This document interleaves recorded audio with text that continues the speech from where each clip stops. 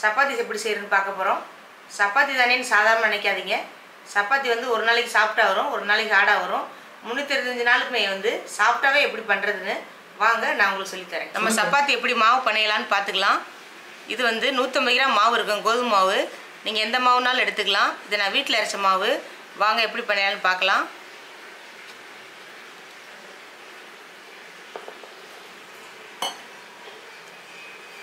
தூள் உப்பு இதில் கொஞ்சம் போட்டுக்கலாம். தூள் உப்பு நல்லா அப்படி கிளறிங்க மாவில். இப்போ இந்த தண்ணி அதில் ஊற்றி கொஞ்சமாக பிணைஞ்சிக்கலாம் மாவை. தண்ணி பார்த்து ஊற்றுங்க. நம்ம சேனலை நிறைய பேர் பார்க்குறீங்க, சப்ஸ்கிரைப் பண்ணால் பார்க்குறீங்க. நம்ம சேனலை எல்லோரும் சப்ஸ்கிரைப் பண்ணுங்கள்.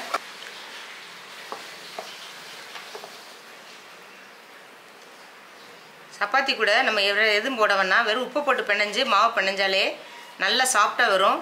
நான் பிணையிற மெத்தடில் வந்து நீங்கள் பண்ணிங்க. சப்பாத்தி மாவு வந்து நல்லா அப்படி அழுத்தம் கொடுத்து மாவை வந்து இப்படி நல்லா இப்படி தேய்ச்சி இப்படி பிணையணும். லேசாக பிணையக்கூடாது. இப்படி அழுத்தம் கொடுத்து பிணையும் போது எல்லா மாவும் ஒன்று சேர்ந்துடும். இந்த மாதிரி பிணைங்க. வெறும் கோதுமாவும் நம்ம உப்பு தான் போட்டிருக்கோம், அதில் எண்ணெயெல்லாம் ஊற்ற தேவையில்லை. மாவை இப்படி அழுத்தம் கொடுத்து பிணைஞ்சாலே போதும்.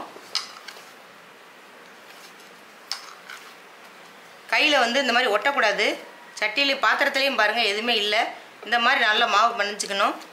இங்கே பாருங்கள், மாவு கையிலையும் ஒட்டலை, பாத்திரத்துலேயும் ஒட்டலை, ஒன்று போல் நம்ம பிணைஞ்சிருக்கோம். இப்படி இழுத்து எல்லா மாவும் நல்லா சேர்த்து அழுத்தம் கொடுத்து பிணையும் போது எல்லாமே மாவு ஒருங்கிணைஞ்சு வந்துடும். இங்கே பாருங்கள், கையில் ஒட்டலை, மாவு ரொம்ப சாஃப்டாக இருக்குது. மாவு வந்து நல்லா பிணைஞ்சிட்டோம். இதை வந்து மேலே வந்து எண்ணெய் தடவை மட்டும் வச்சிடலாம். மேலே இப்படி எண்ணெய் தடவை வச்சிட்டிங்கன்னா காயாது, மாவு அப்படியே இருக்கும். இது 1 மணி நேரம் ஃப்ரிட்ஜிலலாம் வைக்காதீங்க, வெளியிலே இருக்கட்டும். இது ஒரு மூடி போட்டு வச்சிடலாம். 1 மணி நேரம் ஆகட்டும், நம்ம சப்பாத்தி சுட்டுக்கலாம்.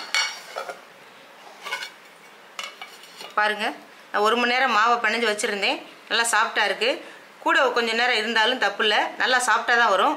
ஊற நல்லா தான் இருக்கும் மாவு. இப்போ வாங்க சப்பாத்தி போட்டுக்கலாம். இப்போ வந்து மாவை உருட்டிக்கலாம். சப்பாத்திக்கு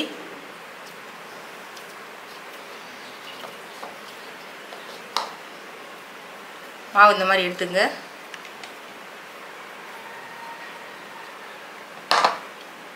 இப்போ இந்த கோதுமை மாவு வச்சுருக்கேன் பக்கத்தில், லேசாக தொட்டுக்கிறேன்.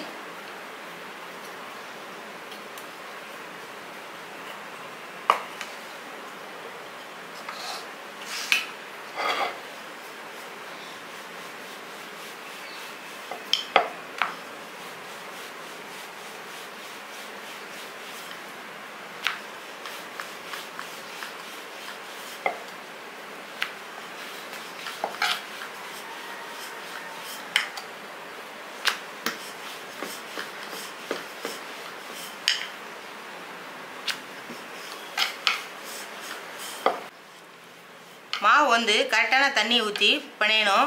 கூட குறைச்சி போட்டிங்கன்னா மாவு சப்பாத்தி வந்து உருப்படியாக வராது. நான் கரெக்டாக போட்டு பிணைஞ்சனால தான் பாருங்கள், ஒன்றுக்கு ஒன்று ஒட்டாமல் சூப்பராக வந்திருக்கு பாருங்கள். ரொம்ப சாஃப்டாகவும் இருக்குது. சில பேர் சப்பாத்தி போட்டாங்கன்னா மாவு ஒரு மாதிரி தேஞ்சிக்கிட்டே போகும். நான் சொல்கிற மெத்தடில் ஃபாலோ பண்ணிங்கன்னா கரெக்டாக வரும் சப்பாத்தி. சப்பாத்தி தேய்க்கும் போது ஒன்று போல் தேய்ச்சிக்கங்க, மேடு பள்ளம் இல்லாமல் தேய்ங்க. பாருங்கள், ஈவனாக இருக்குது, ஒரே மாதிரி. சில பேர் அங்கங்கே ஒரு மேடு பள்ளமாக இருக்கும், அந்த மாதிரி இல்லாமல் ஒரே மாதிரி தேய்ச்சிக்கங்க. அதாவது இந்த மாதிரி கனமில்ல, ரொம்ப கனமாக போடாதீங்க. இந்த பாருங்கள், இந்த கணத்தில் போதும். பாருங்கள், சூப்பராக இருக்குது.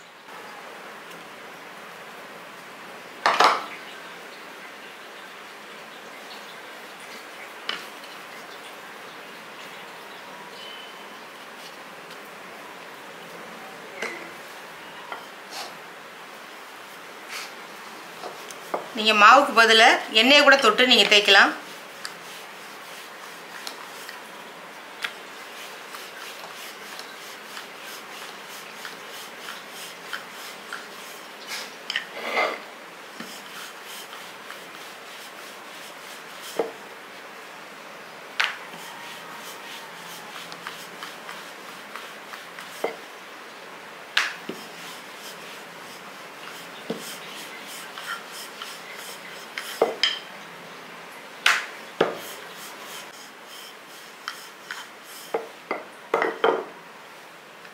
பாருங்கள், ஒன்று போல் தேய்ச்சிருக்கேன். மாவு ஓரத்துலலாம் கெட்டி இல்லாமல் இந்த மாதிரி ஒன்று போல் தேய்ச்சி வச்சுக்கணும்.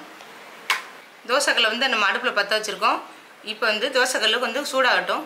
இப்போ சப்பாத்தியை அதில் போட்டுடலாம். இப்போ சுற்றி எண்ணெய் விடுங்க.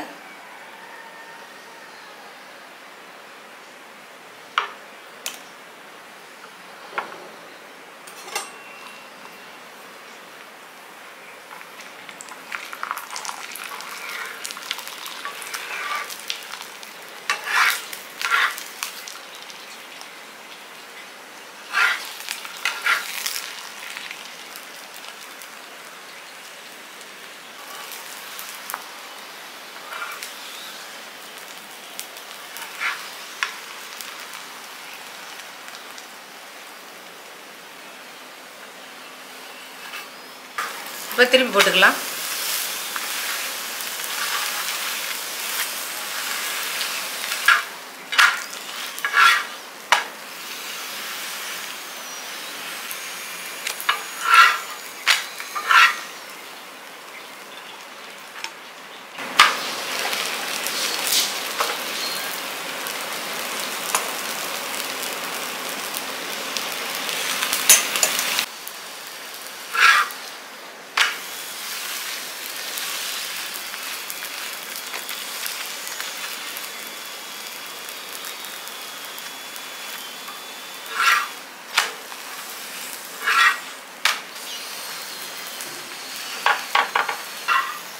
பாருங்கள், சப்பாத்தி எவ்வளோ சாஃப்டாக இருக்குது பாருங்கள்.